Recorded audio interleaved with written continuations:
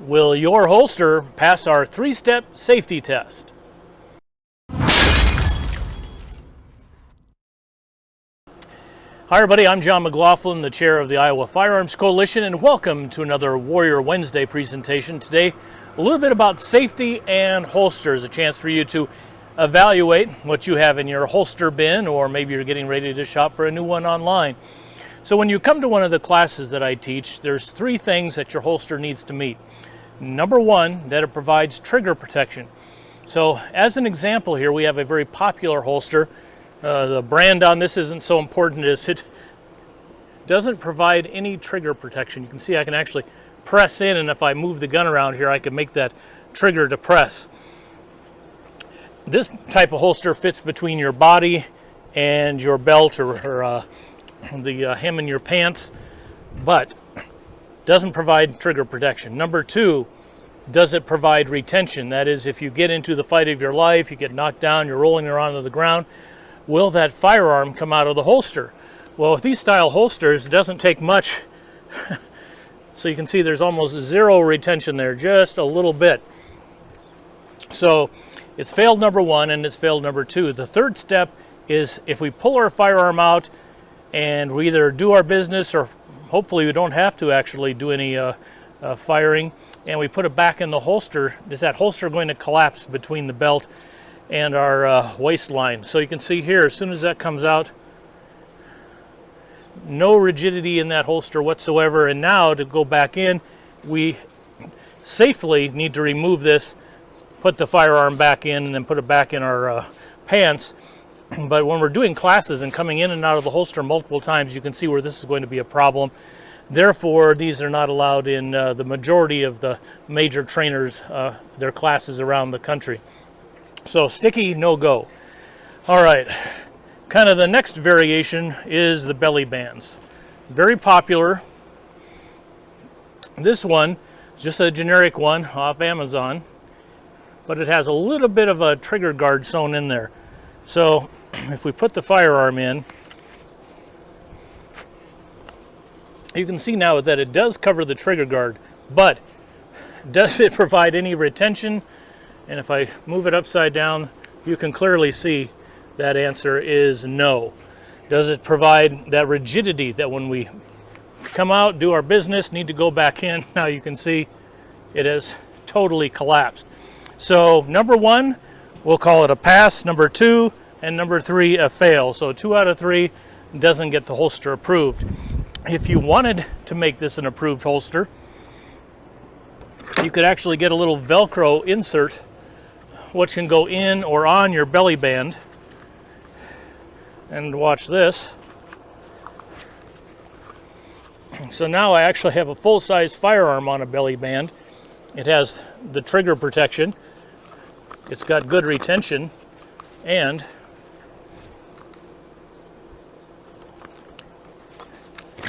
goes in and out without collapsing. So now you've turned your belly band into something useful. So consider that if you want to stick with the belly band, you like that concept, but you need the rigidity and the safety factor of that molded Kydex insert. All right, let's talk about some other options. Outside the waistband, where you're wearing it on your 3 o'clock to about 4:30 position, very popular. Look for good solid clips on the inside that goes through the belt. If you're using this, have a good belt that provides some rigidity so that holster doesn't want to roll over. You can see this belt has enough movement to let your body kind of move, but that holster, even with a gun in it, is not going to flop over. So this clearly, trigger protection. We've got the ability to hold the gun, and it's never going to collapse. So I'll show you a little closer view of one of these.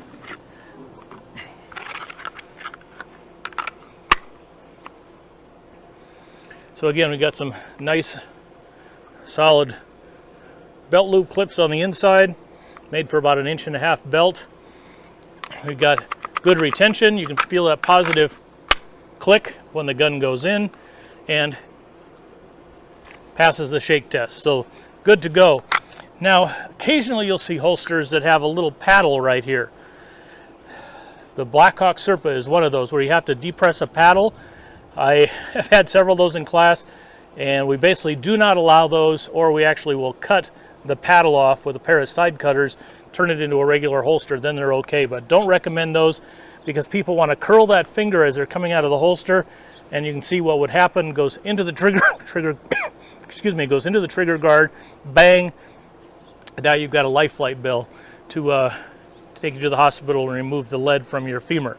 So not recommended with the paddle style in there, the Blackhawk Serpa for instance. But this is a good solid Kydex rigid holster that meets all three criteria. When we go to inside the waistband, many options. So here's two of basically the same holsters, and you can see one has a canted clip and one is straight up and down. So that depends on where you're going to wear them. If you're going to be in the appendix position around to the 3 o'clock position, then you want that vertical clip because we're going to be pulling straight up and out. Even here it's going to be straight up and out. If you're back behind at about the 4:30, kind of getting back into that behind your hip, then you're going to want that angle so it kind of matches the geometry of your hand.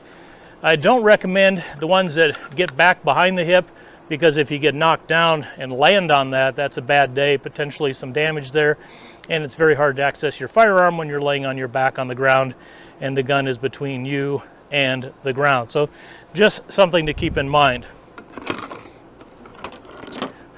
Here's another option, soft loops instead of clips. And you can see this is a pretty big rig here, Glock 17 with the light on it, but a nice holster that meets all the criteria. The solid loops, it makes it easy to get it on and off of your belt, and they're comfortable. The only thing that it does is it allows just a little bit of jiggle, but it kind of shifts with your body. So overall, the soft loops, good option. This is actually made for appendix. It's got a little wedge that rotates that handle in toward your tummy so that it doesn't stick out of your shirt. It makes it hard to spot in the appendix position. If you're going to wear this back further, like in that 330 position, you'd get rid of the wedge, and now you've got just a inside the waistband holster. So the inside the waistband business is getting very popular. Grab this little one right here. This one has metal clips. This one is called the DCC Monoblock Discrete Carry Concepts. It's a double clip which actually goes into one clip here, and this provides great retention inside your waistband. It is about impossible if someone grabs the gun or tries to rip the holster and everything out that they're going to get the holster to come out with it. The clips right there, you can hear that, are very sturdy. I'm actually wearing one of these right now. We'll show you that in a minute.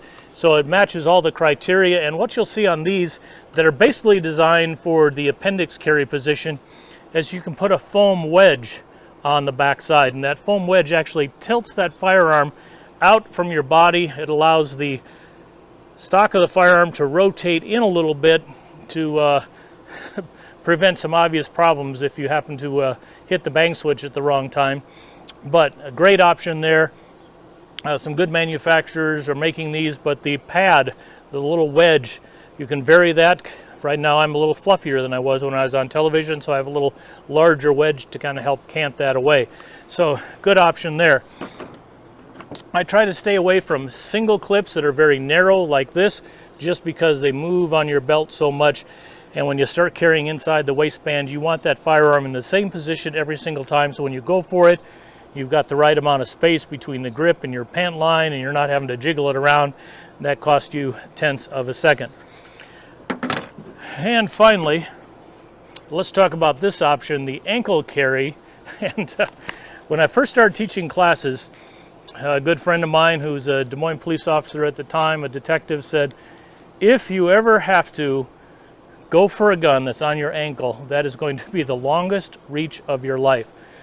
So if you look at the analysis that John Correa has done of more than 30,000 gunfights, you'll see that most of those are won and lost in about 2 seconds, some getting down to that 1.5 second range. That's actually clearing concealment, getting the gun out, and putting shots on target. So you can see if you have to hop around on one leg going for an ankle holster, that is going to take more time than you probably have. Ankle holsters have their role, and that is as a backup gun, carrying a second firearm, which most civilian carriers won't be doing, but certainly a lot of law enforcement have a backup gun somewhere on their body. So in that case, ankle holster might be an option for you. Right now, my left ankle has a med kit on it, and I don't right now want to start wearing something on my right ankle.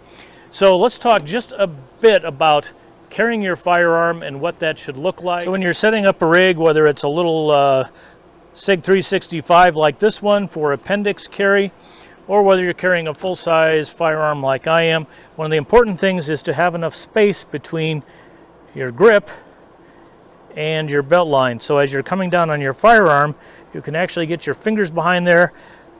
Trigger finger is indexed out, and I have my thumb on the top of the rear sights. So as I'm coming out of the holster, coming straight up, and then I would actually flag my thumb out, get my other hand, and there's my grip.